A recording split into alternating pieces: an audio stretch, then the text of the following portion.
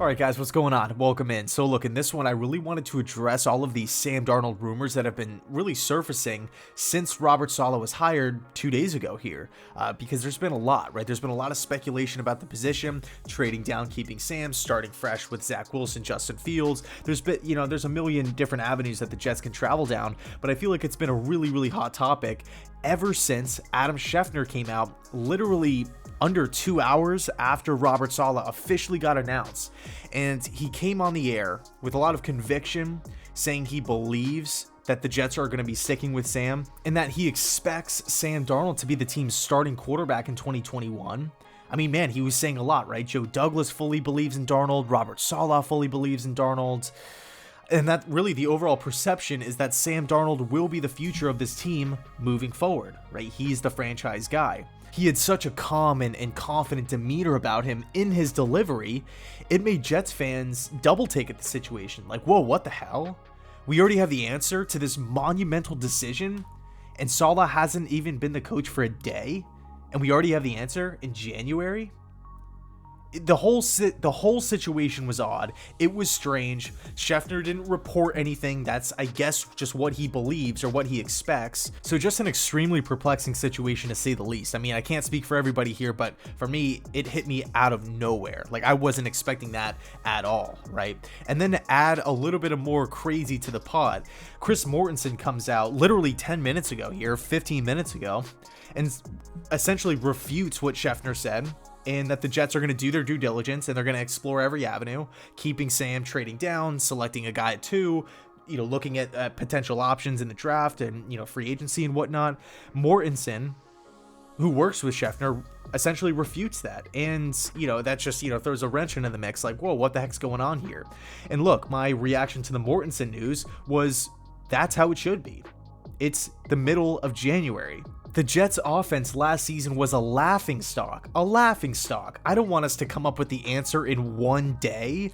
We have February, we have March, we have free agency and pro days and the Senior Bowl and the Combine. We have so many, and interviews. We have so many different things, private workouts. I do not want this Jets team making a decision, a huge decision about the quarterback position in one day. So it was a huge sigh of relief to see that Chris Mortensen report, because that's how I want the Jets to attack this situation. Don't give, from an optic perspective, don't throw anybody under the bus. Don't tell anybody what we're going to be doing. Keep everything in-house, keep everything under wraps, and do your due diligence, just like Joe Douglas did with the coaching search. In today's league, you have to have a quarterback. It's critical. It's absolutely key if your team wants to have success in the long term. Okay, so we've seen the Schefter news, we've seen the Chris Mortensen report, and look, this is kind of my take on the situation. So we've seen Stranger Things, right? We've seen odd situations happen in the NFL, just like the Jets are in right now, where pretty much the fan base is split 50-50. You have people in the media saying, oh, they're going to do one thing, and then, other people in the media saying that they're going to do another. We've seen situations like this before. Think back to the Arizona Cardinals, right? With Cliff Kingsbury.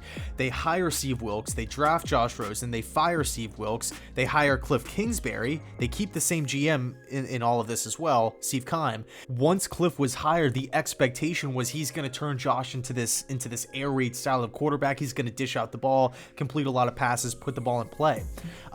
And Cliff came out and was actually vocal about Josh Rosen, like, he's our guy, right? I can't wait to work with him. So he was in full support of Josh Rosen optically, right? In the public eye, Kingsbury supported Rosen, but in the back of his head, he knew, okay, you know what?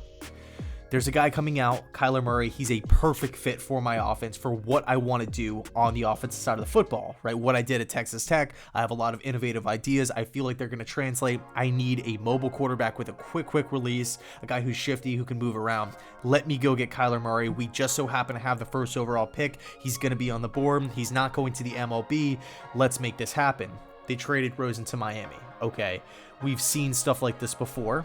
We still have a lot of time left. And look, quite frankly, this is what I want the Jets to do. I don't want them to have a decision. I don't. I want them to use the month of January, use the month of February, March, and all of April to make a calculated decision. I want the Jets to take these next 3 to 4 months and use it to analyze these guys, right? Do your research, collect data, work them out, interview them, watch as much tape as possible, go back, interview people that they know, get as much information on all of the quarterback candidates for this position, and then move forward from there. Okay, time is our friend. We have time, let's utilize it. And to the public eye, right, from an optic perspective, Joe Douglas, Robert Saleh, because they're going to get questions about Darnold. That's a fact. So, whenever Robert Saleh's press conference is going to be, there will be questions about Darnold. Oh, is he going to be the guy? Is he going to be the franchise guy? Does he fit in the offense? This and that. I fully expect Saleh to praise Darnold, speak extremely highly of one Sam Darnold, because you do not, even if you don't have your mind made up here, you could have no clue what you're going to be doing. Is it going to be Darnold, Wilson, whoever it may be? You could have no clue. You need to keep the public perception of Sam Darnold high, because if you don't, the trade value will plummet. And look, if Saleh gets one of these hardball questions, or like a difficult question that's going to put him on the spot in front of everybody, something along the lines of, you know, hey coach, is Darnold going to be under center for your team next year? Is he going to be the starting quarterback? Is he the guy? I would assume Robert Saleh is going to say something like, Darnold's 23, right? He has a ton of potential. He's done some really nice things in the NFL so far. I can't wait to meet him. I can't wait to work with him and really just introduce him and Mike, you know, really get him accustomed to the system. There's a lot to look forward to, and I just can't wait. Something like that. Even in the back of his mind, he could be like, I have no clue what I'm doing. Or I'm drafting Zach Wilson at spot number 2, guaranteed. Even if that's what he thinks, the public perception needs to remain high. Okay, Joe Douglas, Saleh, Chris Johnson, LaFleur, they need to do everything possible to keep this mystique around Sam Darnold, right? Just keep playing it cool. Don't show your hand to anybody. Keep everything under wraps. Keep everything in-house, and move forward from there. So I'll leave it there. Let me know your thoughts down below in the comment section. And as always, thanks so much for watching. Thanks so much for sticking with this channel. And as always, go Jets.